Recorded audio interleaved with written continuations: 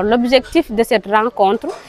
c'est de vraiment former et orienter les mentors. Ces mentors sont identifiés au sein de la communauté par les communautés elles-mêmes, comme des personnes vraiment de référence, comme des modèles, comme des guides, comme des personnes qui peuvent partager leurs histoires, qui peuvent partager le récit de vie, sur lesquels ces filles vont s'appesantir pour pouvoir se développer elles-mêmes. Ces mentors serviront vraiment, comme on dit en Wolof, de Ndiadike, pour aider ces enfants à faire face à l'adversité, pour leur montrer le bon chemin, pour leur indiquer que ça n'a pas été facile pour nous, mais nous y sommes arrivés. Donc pourquoi vous? Donc c'est dans ce cadre vraiment que nous comptons vraiment sur ces mentors pour accompagner ces enfants dans l'autodétermination et dans l'émancipation, spécialement bien sûr des filles. Généralement, ces mentors sont des personnes qui travaillent dans le développement communautaire, ce sont des sportifs, ce sont des personnes qui sont engagées au sein de leur communauté, qui travaillent pour la protection de l'enfance. C'est vraiment des guides qui travaillent déjà parce que, comme je l'ai dit auparavant, c'est déjà des personnes qui sont engagées pour la protection de l'enfance. Donc on vient juste pour vraiment renforcer avec les approches de Right to Play pour leur permettre de savoir qu'est-ce qu'on attend de vous, quels sont les éléments de base d'un bon mentorat, quelle est la relation, quelle devrait être la relation entre le mentor et le mentoré et comment les aider à établir vraiment une réussite dans le cadre de cet accompagnement. Ce programme est vraiment un programme dédié et destiné pour la majorité aux filles. Comme je l'ai annoncé tout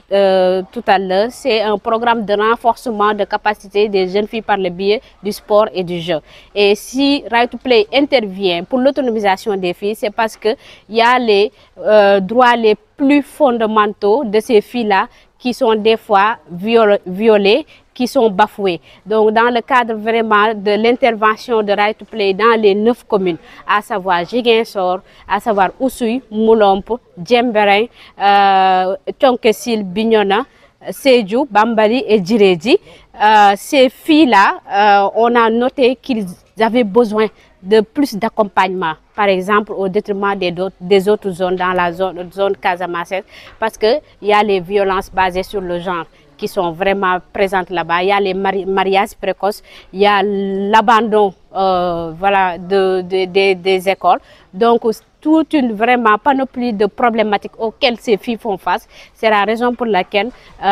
ces filles, on les met en rapport avec des femmes leaders pour vraiment impulser leur potentiel, leur montrer que vos mentors aussi ont eu un passé difficile. Vos mentors ont aussi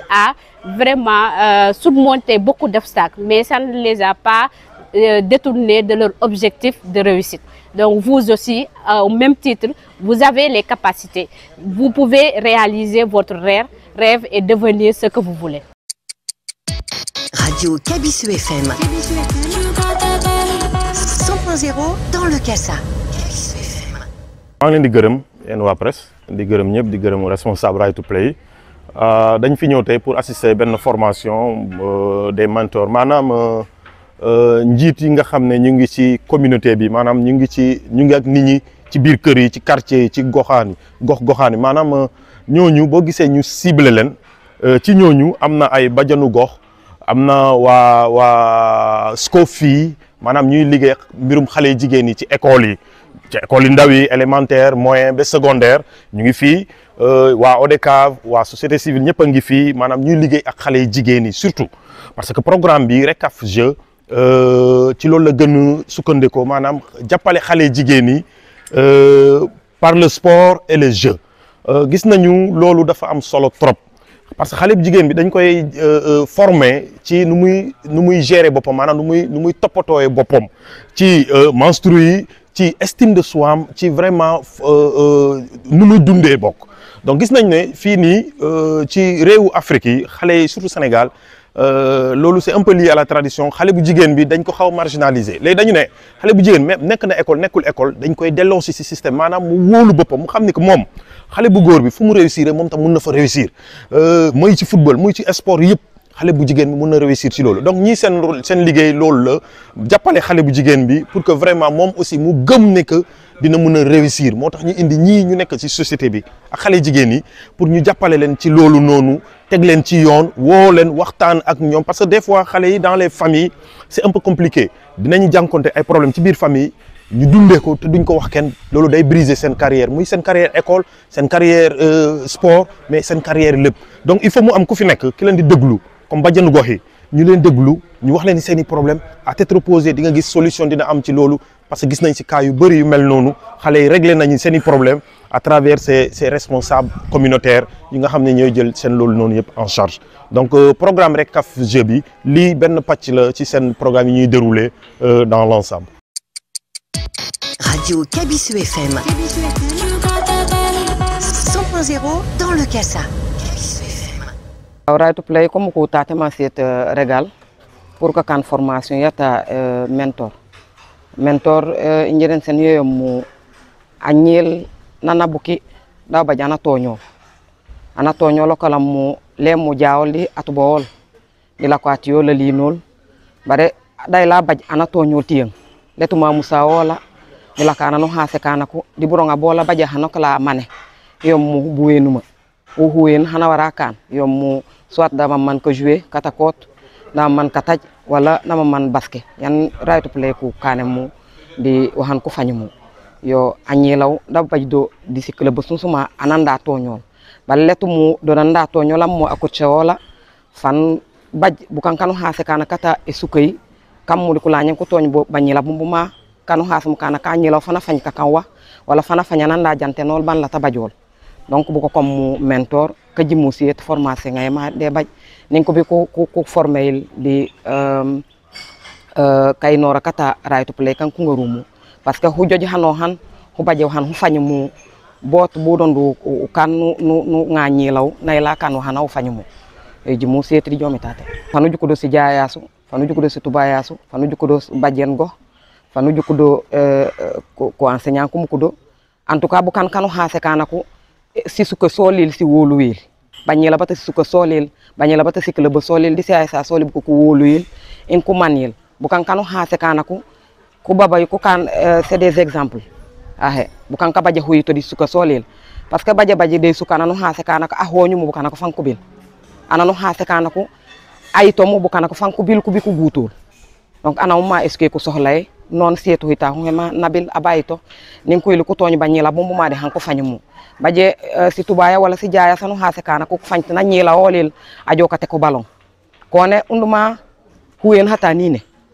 yo right to play yone chance yana ni na bajumu ana ray la bajyo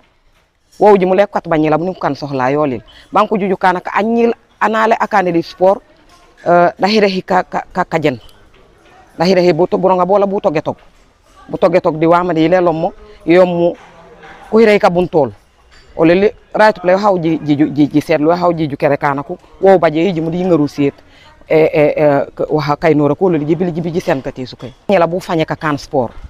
mais la plupart di bañela bu ma ko bay tan tingenil ana to ñel ko baju tan muma donc ko baje ne mana to ñel non ko fañu mu wala do ha sale kanako sport yo mu yolo la na joloy parce que o temmu ka jandu no jodi buit o temmu ka jandu no jodi bu jal o temme hangu no jodi bu jal unduma sport parce que le fait que nous teb ka ngena ko lulu ko nu tek walande bu kan o tek mu waro yekana ko nje wahde ndika kan donc unduma sport yo minye sport ay ma de leñul bo mata o jomu joka wahaw ban o leñu mu kataju kunkoto kololal que jouer kunkoto kololal basket yito yololal yan right to play choisir mu yone o le bagnila bo le wahaw ji fagne min jili yu jokoru ni njikawo bare ku to ko hawde de parce que depuis non depuis si Touba olla nan hokana wa hawma parce que lu jukale humabel lu jukale kataj kata e sukude afalu yo yata kataj babuke lu jukale que jouer kan bagni banare ko je e sukubo e sukujo ko jouer di wota wolil baskay siet anyela no sanday la jow bota no san mata que jouer kata wa hawana fanyum si sumena baytu mudi di hujoj si asumutu donc jone ji sohla nyela banarabu anyela nar da bajana bukol baja tubaya da baja jaya da baja abuku mo jawol da buku matu bowol parce que la plupart de ces familles suju kala ju kanaka amam da baja baj hulim atubaya da baja baj hulim jaya da baja baj hulim donc umbuku ma fi fanji gorel yo mu communauté ji walotu mata communauté ji sumendi bu ko koy anana lo butu mo di ko le ko li ko has kana ko umbuke ma hawe ko fagne il faut ñi waxtande bu ko nanona jante na fa lol jante no ramu banal bu ko to hasalo nal wa hawe fagnale botu di bañi la bu bol la